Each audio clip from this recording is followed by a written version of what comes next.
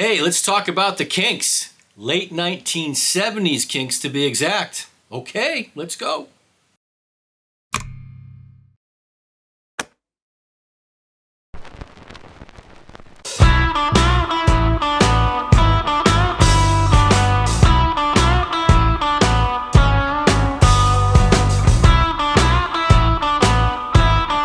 Everybody, thanks for joining. I appreciate it. Yes, today we're going to show the Kinks some love. Specifically, the last three records to come out in the 1970s. Their 16th, 17th, and 18th studio releases.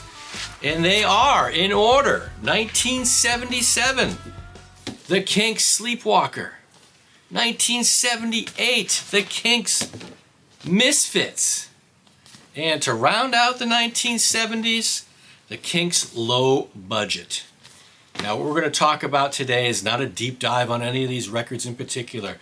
Just going to talk to you about why you may want to give these three records a second chance, why they may need some love, and how I stumbled upon it recently and was kind of blown away. If you like punch, crispy guitars, great mids, excellent vocals, some sparkle up in the treble, and some serious presence in soundstage and imaging, well, stick around. Okay, we're going to talk a little bit about the commonalities between these three records as to why they may sound so good, how you can find them on the cheap in your local used record store, and maybe call out a song or two that may jog the memory and go, damn, I forgot about that song. I got to go find me a copy of this. All right, so stick with me. We'll get through this pretty quick. So where does my story start with the Kinks? Well, being a Gen Xer, yeah, I heard these guys on the radio or with some friends' older siblings who maybe had a copy or two of these things sitting around. But well, hey, I was 7 turning 8 years old when this first record that we're talking about today came out, Sleepwalker, all right? I don't remember a lot of these, but I do remember some of the hits. And in fact, in the early 2000s, I came across a CD that I bought, and it was called The Kinks Come Dancing with the Kinks, I think. Picture here. And this particular record had some really good hits on it. Some of the ones that I remember listening to when I was in junior high. Yeah, junior high, maybe early high school years. And some of the titles that were on this particular CD weren't from the early British Invasion Kinks. There were a couple songs on there that were live recordings, Lola and You Really Got Me, which sounded great. I believe they were both 1980s recordings, concert recordings. But the songs that I remember off of it was Destroyer, one of my favorite Kinks songs of all time, which is not on any of these three albums. It was on the first one that came out in 1980. But we also had others like Father Christmas. My kids think I'm crazy because I constantly go out there and try to stream Father Christmas every holiday season because I love the song. And we had Low Budget, Come Dancing, which was one of those big hits of the early 80s. Sleepwalker, Rock and Roll Fantasy, right? Those were the songs that I was listening to from the Kinks. So anyway, go back about a month ago, and I was at an appointment, got out early, was near a local record store, and I started flipping through the used bins. Wasn't particularly looking for it, but this one jumped out at me, which was Low Budget. And having liked that song, Low Budget, so much on that CD that I just shared with you, I looked at the back of this thing and I went, Catch Me Now I'm Falling. I know that song. Wish I Could Fly Like Superman. I know that song too. And of course, Low Budget and A Gallon of Gas. These are all songs that I knew. I went, hell, I'll take a risk. I spent $9.99 on this thing. Brought it home. Gave it a really good clean, then stuck it in the Humming Guru, let it go through 2 cycles, came out, dropped the needle down, sat in my chair, and I had a smile on my face for the whole damn record. It was amazing. The soundstage jumped out at you, the image was great, and again, the songs had so much punch, so much presence, and I kind of got hooked again. I'm like, damn. So I'm sitting here listening. I'm flipping through my phone, looking at Wiki and Discogs and going, okay, what are some of these other albums that I forgot about? And subsequently, in the last 2 weeks, I was able to find 2 more of these things that got them on the cheap. This one was the more expensive of it. These were all original pressings, by the way. So Misfits, I spent 24 bucks on. It was also the cleanest record that I found. This thing's darn near perfect in every way. And then the one that's the most beat up, but again, cleaned up really well, but I only spent $12 on Sleepwalker. So let's talk about real quick about these three records and what I think the common theme is, or the common reasons why they may sound so good. If you're a fan of soundstage and imaging, you may want to give these a second look. All right, so all three of these records, starting with 1977 Sleepwalker, which was the first record that was on the Arista label. The Kinks had left RCA. They were doing a lot of concept albums on that label. And this was coming off of, the earlier stuff with the British invasion and all of that. I think by the time the mid-70s came around, people forgot about the Kinks, especially here in the United States, where they weren't charting any longer. And there's a lot of reasons for that, which probably deserves a whole other video. But, they were banned from touring in the United States. Look it up. And as to the reasons why. They had a lot of internal band members changing by the time we got to the mid-70s. And they had gotten away from rock. They were doing more of that concept album. Not to say they weren't good, some great albums there, but they weren't selling. So Clive Davis grabbed them and said, let's start making some radio hits again. They slimmed down their band, they got rid of some of the horns players and some of the other things, and they started focusing on more radio-friendly hits. The first one, Sleepwalker, 1977, they went to their recording studio, which was called Conk Studios in London, and this was their recording studio that they helped develop. I think there is a quote somewhere about Dave Davies and how excited he was to get to work on Sleepwalker because they had just installed a new 24-track recording system. And again, these are all 70s, it's all analog, all three of these are original pressings, and we'll get to why, again, you got to give these a second look. All right, another commonality, apart from the Arista records and Clive Davis, was that all three of these were mastered by, and the lacquers were cut by Bob Ludwig. And I'm sure that there's no mystery as to why these things sound as good and why they sound as similar as they do. If you love crunchy and growling guitars, you're going to like this. The vocals are outstanding. The drums are, like I said, all three of these records have some punch. When I put on low budget, this thing floored me. I couldn't believe how much punch I was getting. I think out of the three records, Misfits does have the most punch out of all three, but that's like going from level 10 and then Misfits just being at level 11. All three of these things were quite remarkable. In fact, I did a couple, I didn't copy them or anything here, but I did a couple checks for decibel levels. I don't remember which songs. You were getting anywhere from 30 to 40 decibels difference between the low and the high. These things got punch. Soundstage is easily 3-4 feet left or right of the speakers. And the height of the soundstage goes to the ceiling and it goes to the floor. This is another kind of spit in the eye of the idea that you only can get great soundstage and imaging off of a 180 gram record. I love 180 gram records. Who doesn't? They're nice solid pieces of vinyl. These are not that. In fact, these were really coming out during the oil embargo, right? I remember, if you're my age, you're a Gen Xer, you may remember our parents complaining about the oil embargo. So yeah, records were thin. I don't know what these are. Maybe, I don't even think any of these are 140 grams. These are pretty floppy vinyl records. And it certainly doesn't take away the amount of punch, the amount of low end you're getting on these things, which is great. Great bass projection on all three of these records. The mids are outstanding on all three of these records. What Ludwig was doing was magical. The vocals are strong. The guitars, the drums, in some cases, some of the keyboards, they're all full. And sparkle, yeah, you're getting it. You're getting it with the cymbals. You're getting it with the air and space. You can feel it here. Don't get me wrong. This is not a quote-unquote David Crosby, if I can only remember my name, audiophile experience. It's not that. What this is an outstanding soundstage, left to right, top to bottom, that does have some depth in it. And that's really what I like the most. I like the depth. No, it's not projecting into the room by 2 feet and going all the way to the back wall for a total of 5 feet of depth. It's not that. But it's got enough depth in it to be completely entertaining and engaging. All three of these records I had a wonderful time listening to. My toe didn't stop tapping, head didn't stop bobbing, and it was kind of going down a time capsule. Talk a little bit more of that here in a second.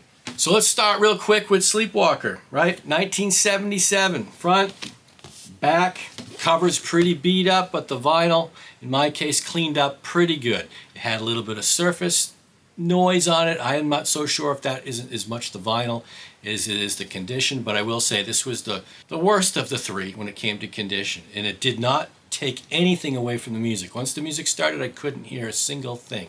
But in between tracks, yeah, there's a little bit of snap and crackle there. Very, very low end. Did not take away from the enjoyment whatsoever. This album, again, seems to be more about life on the road, and just has some great punch and pop. Some of the songs that I took note of were Mr. Big. Man, the second song on side one, Mr. Big, is got some strong guitar growl and punch. If you're a fan of that tone of crunchy guitars and live tube amps and what they're supposed to sound like, you're going to love all three of these things. So yeah, Mr. Big stepped out. We all know Sleepwalker. Great song, great image, big and wide. What I will say about, what I like so much about Ray Davies's lyrics is they're witty, whimsical, they're socially conscious. You know, he's got a social consciousness about them, about the human condition. They're smart lyrics. They're melodic as well. Yeah, just really engaging, his lyrics. And every album, if not every song, is definitely trying to impart a message to its listener. So really fun there. Another one on side two, Jukebox Music. First song, side two, Jukebox Music. I don't think I heard before. Outstanding. I'm a better person for listening to these records. Again, I've heard the hits, but the fun and the joy was really, a lot of these songs were brand new to my ears, and that was a lot of fun. Yeah, so that's Sleepwalker. $12 I paid. And there are many copies out there. You can find not only this, but the other two records out there very inexpensively in your used record store. Second one was 1978's The Misfits. The Misfits? No, just Misfits. This, front, back, and I paid, this one was the one I paid the most on. This was $24. This thing, somebody had taken care of this. They had it inside a poly sleeve, and it, again, really cleaned up nice, dead silent, same very thin vinyl, and played extraordinarily well. Maybe by coincidence, maybe not, this had the most punch as well. Now that doesn't take away from the other two records. If you say those two had a punch of 10, well, this one did go up to 11. This was so much in your face. A little bit more rock than the previous one. A little more in your face. I don't know if there's a ballad on this one. Now, a couple things to note from Misfits is that there were a couple holdovers from the Sleepwalker recordings, and those songs are Hay Fever, Foreign Land, and Black Messiah were all leftovers from the previous album. These two albums could be a double album together, and they would have fit very well together. Again, recorded at the same recording studio, and everything else was the same as well. But as far as the tracks on this, yeah, Misfits starts off with a nice punch, all toe tappers here. That was a really good one. Hay Fever was very nice. Again, back to Ray Davies's lyrics. It's a very Kinks song, Hay Fever. What I liked was Live Life. Thought it was really good, really in your face, very engaging. Rock and Roll Fantasy, you've heard it before. Black Messiah, a very Ray Davies song. Black Messiah with some great lyrics, great toe tapping music, I really enjoyed it. Out of the Wardrobe, another funny song, maybe Out of the Wardrobe could be a part 2, 10 plus years later of Lola. If you haven't heard it, go check it out. And Get Up, the last song of the album. I thought Get Up was, hey man, get your crap together, stop feeling sorry for yourself, and get up. I thought it was really good. Thoroughly enjoyed this record as well as the other two, but again, this one was probably the most in your face as far as overall punch goes. Outstanding. What fun it was to listen to Misfits. And then the last one of the three here was the first one that I got, right? Was Low Budget.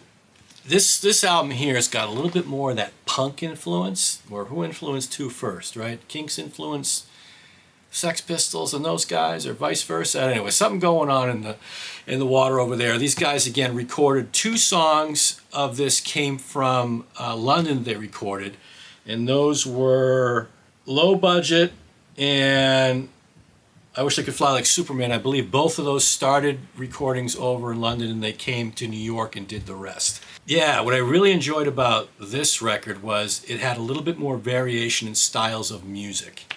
And again, it had a little bit more of that punk flavor to it. It had a little bit of that Elvis Costello type, early Elvis flavor as well. And as far as the title, let's go through a couple here. Yeah, Attitude was great. Again, had some of that punk flavor. Catch Me Now, I'm Falling. Great song, love it. You've heard it. Maybe you don't remember that you've heard it, but chances are, if you're watching this video, you've heard it. Pressure was good. National Health, another one, another commentary about the national health scene over in the UK at the time. Wish I Could Fly Like Superman has a little bit, dare I say, maybe a little disco beat to it. On this album, Low Budget, you get a little bit more synthesizer play here as well. I believe they had a new bass player at this time. I could be wrong. Bass lines were a lot more melodic, a lot more elaborate too. Going into the first song, the title track on the second side, Low Budget.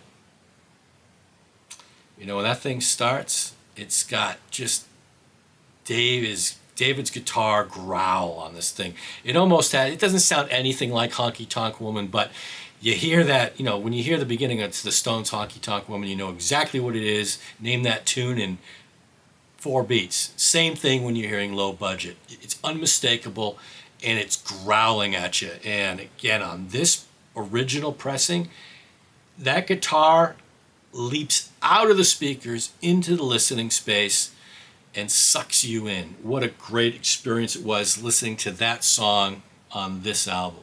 Little bit of Emotion is a really nice song as well. Gallon of Gas, classic, right? This was during the oil embargo, or certainly talking about couldn't find a gallon of gas for his Cadillac. Great Kinks tune. Misery, and then Moving Pictures. Moving Pictures is probably the most 80s-ish type of song. Another thing I noticed coming out of this album, Low Budget, was that a lot of the guitar tones in general that you heard out of the early 80s, kind of unmistakable on this. You can hear it in the 79 album here of Low Budget. Yeah, really, really good. So that's pretty much it, everybody. Again, and I paid $9.99 for this one.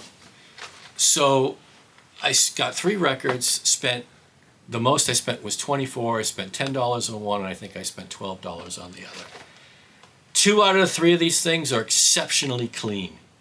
In one, the Sleepwalker has a little bit of snap, crackle, and pop on it, very low volume, and it's only in between tracks. And that's just my copy of it. So if you like an engaging soundstage, you like a really, really good image that has some depth to it, you like toe tapping for a good 35, 40 minutes per record, and you think you kind of remember the Kinks and you like them, but you don't know much about this era of Kinks, yeah, go out there, do yourself a favor. Get these records. They're cheap. Go to your local record store. You're going to find it for next to nothing. I was amazed at how many copies that I found in the course of a month of these records. So that's it, everybody.